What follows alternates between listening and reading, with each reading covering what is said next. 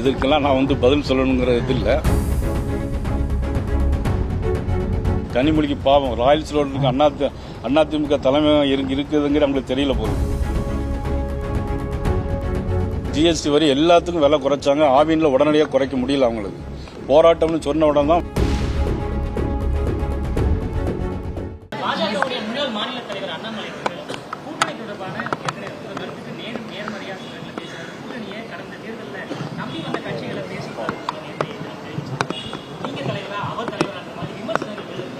இதற்கெல்லாம் நான் பதில் சொல்லணுங்கிற இது இல்லை. நீங்க கேட்குற கேள்வியே சரியில்லை. நீங்க தலைவரா அவரு தலைவரானா எங்களுக்குள்ள சண்டை மூட்டுற மாதிரி இருக்கு. இந்த மாதிரி கொஸ்டின் யார்ட்டையும் கேட்காதீங்க. அதாவது அவர் சொல்லும்போதே என்ன சொல்லியிருந்தாங்கன்னா, நட்பு ரீதியாக இப்போ எனக்கும் எல்லா கட்சியிலும் நட்பு ரீதியாக ஆள் இருக்கிறாங்க. அவங்க போய் சந்திச்சிருக்கிறாங்க. அதை சந்திச்சு அவங்க சொல்லியிருக்கிறாங்க. சார், அதிமுகவோட தலைமை அலுவலகம் சென்னையில தான் இருக்கு. ஆனா இயக்குபவர்கள் டெல்லியில இருக்கிறாங்க. கனிமொழி குற்றச்சாட்டு. கனிமொழிக்கு பாவம் ராயல்ஸ் ரோடுக்கு அதிமுக தலைமை இருக்குதுங்கிற அவங்களுக்கு தெரியல போகுது. தமிழகத்தை பொறுத்த மட்டும் நிறைய மக்கள் விரோத அரசாக தான் இந்த திமுக அரசு இருக்கு. நிறைய திட்டங்கள் மத்திய அரசு கொண்டு வந்த திட்டங்களை கொண்டு வரதில்லை.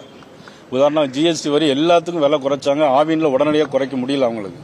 போராட்டம்னு சொன்ன உடனே தான் உடனே விலையை குறைச்சாங்க. அதனால் அந்தந்த தொகுதிகளில் வினோத் பி செல்வம் அவர்கள் சொன்ன மாதிரி, திரு கருணாகரன் அவர்கள் சொன்ன மாதிரி எல்லா இடங்களிலும் நாங்கள் நிச்சயமாக போராட்டம் நடத்துவோம். அதுமாதிரி தேர்தல் பிரச்சாரங்கிறது எங்கள் அண்ணன் சரத்குமார் அவர்கள், அதுபோல் நாங்கள் எல்லாருமே தேர்தல் பிரச்சாரத்தில் ஈடுபட இருக்கிறோம்.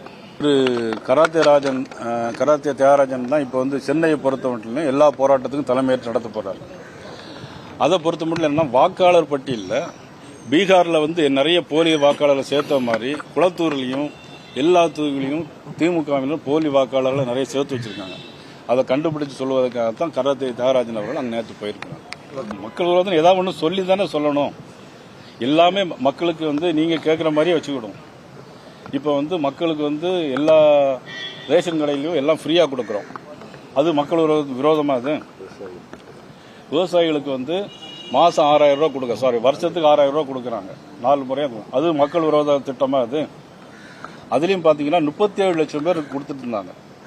இவங்க மத்திய அரசுக்கு பேர் வந்துடக்கூடாதுன்னு சொல்லி அதெல்லாம் சுருக்கி இப்போ எல்லாரையும் கட்டுப்பாடு வச்சு இப்போ 19-20 லட்சமா குறைச்சிருக்காங்க. இது விவசாயிகளுக்கு நம்ம தமிழக அரசு செய்யக்கூடிய மிகப்பெரிய துரோகம். அது மறுக்க முடியாது. அதனால இதெல்லாம் முதலமைச்சர்கிட்ட நீங்க போய் கேட்கணும். எது அவங்க மக்கள் விரோத திட்டம்னு சொல்லுவீங்களே, இதெல்லாம் 1, 2 சொல்லுங்க அப்படின்னு சொல்லி கேட்கணும்.